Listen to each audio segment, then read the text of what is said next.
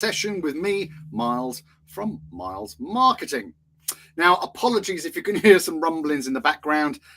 They've suddenly decided to mow the lawns on the country estate that I live on. Only joking. So apologies if there's any background noise. Today we are going to talk about... look, I haven't updated my slide. As if by magic. Today we are going to talk about LinkedIn business pages and do you need one? Okay, so as you know, we're here every single Tuesday at 12:30 where we go live on LinkedIn and we talk about marketing bits and bobs, but every single month we have a special guest. And this month is no different. You may well have seen the schedule. And yes, next Tuesday, the 11th of April, we have the glorious, wonderful Stephen Shaw, who's coming on to talk all about, he refers to it as the M word, and that M word is the metaverse. He's an absolute expert on the metaverse, and we're going to have a brilliant chat about it and its relevance, and maybe its relevance to your business. So tune in then if you can at 12:30 live, or watch it on catch up at your leisure. Right, now let's dive into this is a question that I get asked a lot actually about, like, what's the importance? Which one? Should I focus on my personal page? Should I focus on my business page? Let's see if I can shed some light and perhaps answer this question for you. As usual, please pop any questions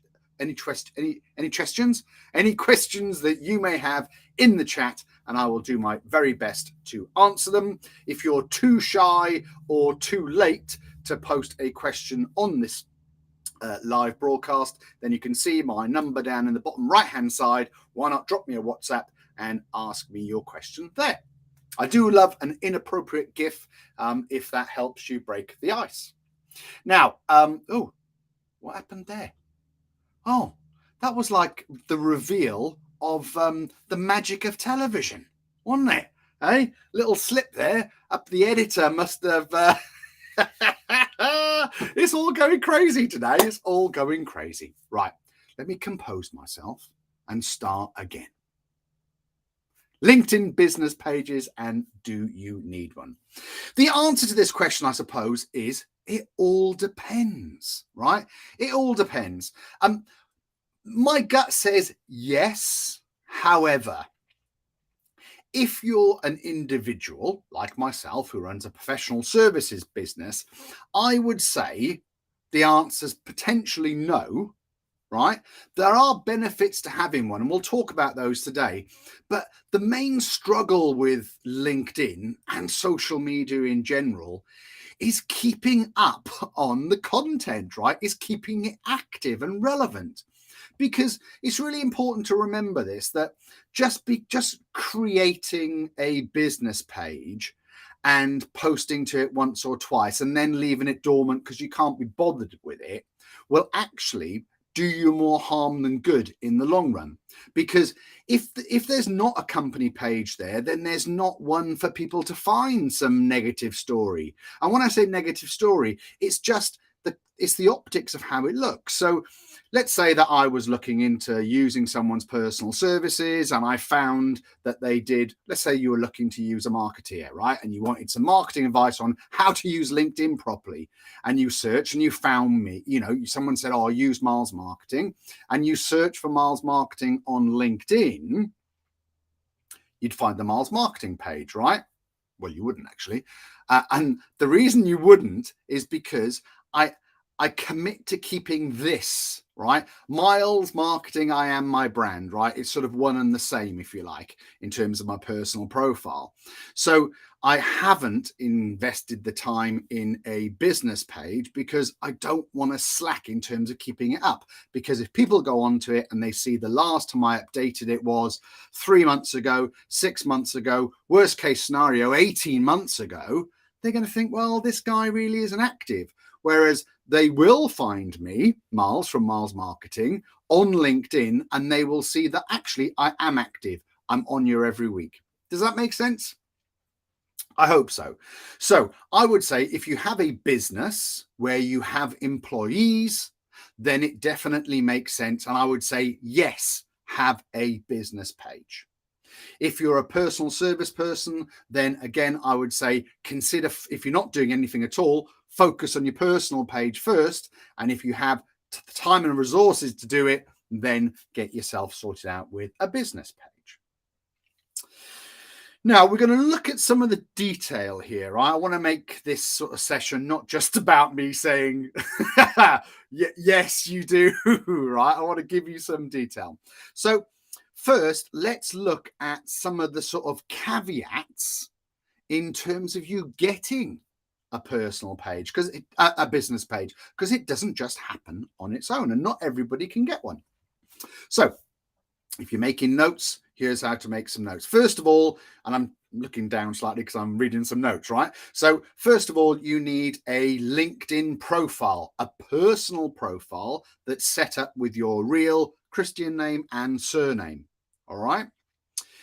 The profile must be at least 7 days old. You can't just set up a profile and then set up a business page. All of these sort of things have been put in place to make sure that businesses are sort of verified, if you like, and are bona fide.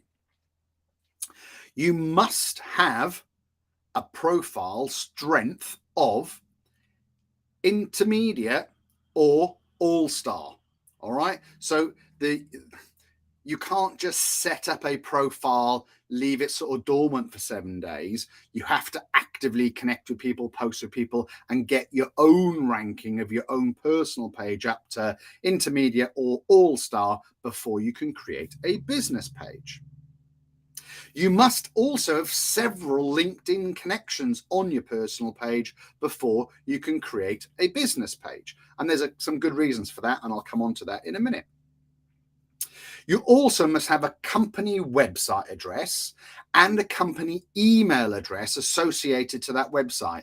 You can't just have a Gmail that you associate to it.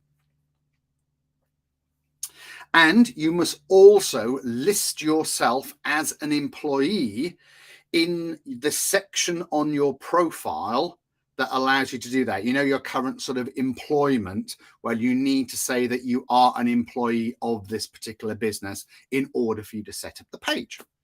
Okay, so as long as you tick all of those boxes, you can set yourself up a business page, and it's really quite straightforward. I'm not going to talk about how exactly you do that today, but there are some categories that you can select in terms of what type of business you are.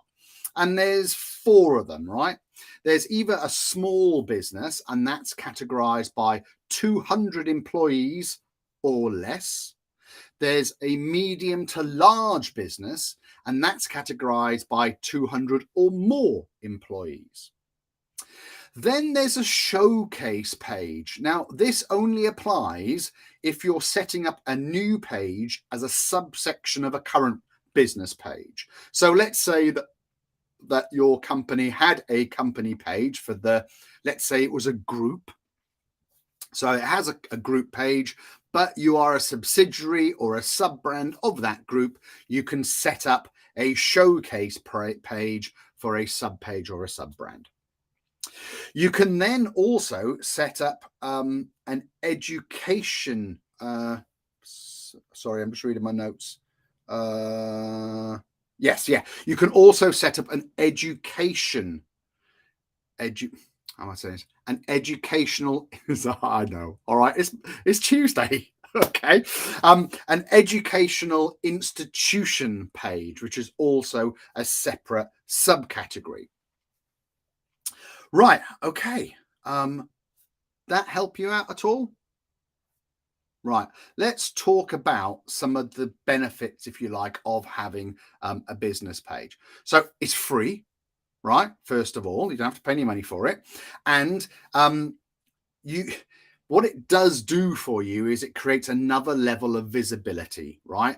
And one of the main things about a business page is this, that the feed doesn't get cluttered with everything you like or comment on, right? So if you look at your own feed, or as you look when people view your profile, any interaction that you've had on LinkedIn shows up within that feed. So let's say you like or comment on someone else's post, or you reshare someone else's posts, those things will appear within your personal feed. However, on a company page, only things that are posted to the company page appear in it. So you can't, the company isn't a person, okay? The company can't befriend other people. Does that make sense? There's a distinct difference between a personal page and a company page. In a personal page, you can ask for a friend's request, and people can request to connect with you as well. In a business page, people have to volunteer to follow your page, or you can invite people, but only your connections. Okay. And we'll talk about the rates that you can do that in a second, because it does limit the amount of people that are able to view your posts on your company page. This is, again, another reason why I think that focusing on your own page first and foremost as a single person, if you like, is much, much better. Some of the other reasons why you would want to create a business page is that you can create a careers page associated to it. And recently, for one of my customers, through their business page, I created a job ad. And yeah, we were pretty inundated with inquiries about that job role. So again, it's worthwhile thinking about setting up the jobs or the career page within the company profile too. Now, I just want to talk to you about what LinkedIn say. All right. When I was doing research for this, this is what LinkedIn actually said were the top 6 reasons for you to have a LinkedIn business page. I'm just going to have a look and make sure that we are indeed live, which I can see that we are. Right. Lovely, lovely, lovely, lovely. Okay, so these are the LinkedIn top 6 reasons as to why you should have a business page. First of all, number 1, they say that it showcases your company, not an individual. All right. So again, it's a little bit like the optics. Think of it as another shop window, if you like. Think of it as another website, another way of validating your company and giving a bit more social proof without the clutter.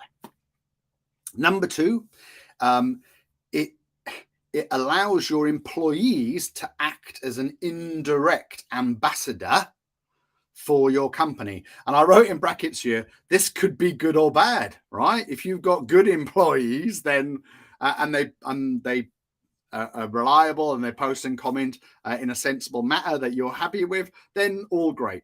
If they're not, then it could have more harm than good. So be very careful about who and how you allow the interaction and access, if you like, to your business page. Number 3,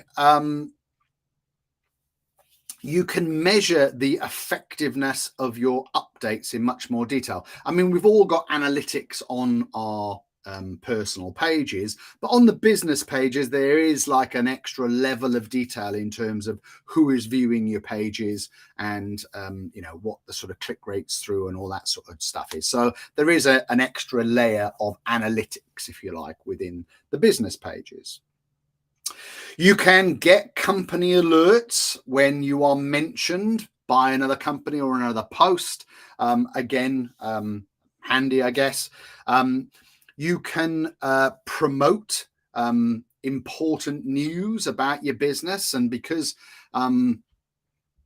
you liking and commenting on other posts don't get in the way of the feed, it will stay quite prominent, and you can pin things to the top and all that kind of jazz. And you can showcase special services. I mean, those were the top 6 reasons why LinkedIn think you need a business page. And to be honest with you, none of them particularly compelling to me. Like, I'm not sort of falling over myself now thinking out that Miles Marketing is missing a trick by not having a business page. So this is very much where I'm sort of saying to you that I think, you know, if you've got a strong business with a number of employees and you've got the time and effort to put into a business page, or if you've got the money to outsource it to a specialist like me, then crack on. If you are a one-person band, or you're just a couple of employees and you're working hard to keep your business going and keep the money coming in, I think that, down to those sort of top 6 reasons from LinkedIn, maybe I wouldn't bother. I've written down, this is what Miles thinks. Well, look, it's my show, right? I'm allowed to say what I think. I reckon that if you can maintain regular updates, then yes, a business page is good for you. But like I say, if you let it lapse and people are going to go on it and they're going to see you haven't posted for 3 months, it's going to have a negative effect on their perception of your business. Okay. So if you're going to do it, make sure you keep it up and make sure you keep it updated. You've got to make sure that you fill out your profile fully on the business page. You've got to get your employees involved in it. Okay. Now, I'll talk about some of the different ways that you can create admins now in a second, because it's on the next page. But with what am I trying to say here? No one gives a shit about businesses or brands. They only really care about people and the employees, right?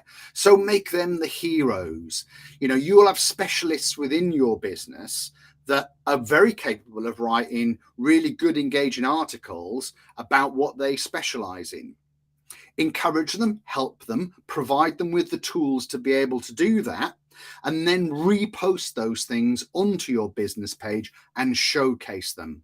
Show off your people, make it proud. Don't make it about your business, make it about your people. Okay, does that make sense? So if you've got, say, 3 or 4 different departments with heads of departments, and you want them to contribute to your business page, then ask them to create content that's relevant to themselves and to what they do that they're proud of, and then they post it to their own profile, and then you can repost it to the business page. I think it is another good reason to be found in search, right? You will get another listing, but as long as you keep it up, that's the important thing. Will it help attract employees? If you want to have an easy, free way of people finding you and doing a little bit of research, then yeah, it's really good for that. And it's really good for posting jobs. And also, on your profile, you're able to sort of put the little sign on there saying that you're hiring, and that attracts more attention to people browsing through things. Now, and the other thing is as well that you can also pay to play. All right. At the end of the day, LinkedIn want to make money. So by going premium, you can get a number of benefits.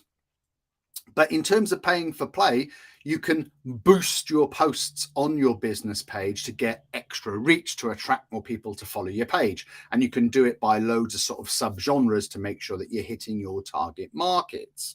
It is reasonably expensive. And I would say that LinkedIn is one of the most expensive platforms to do PPC on, right?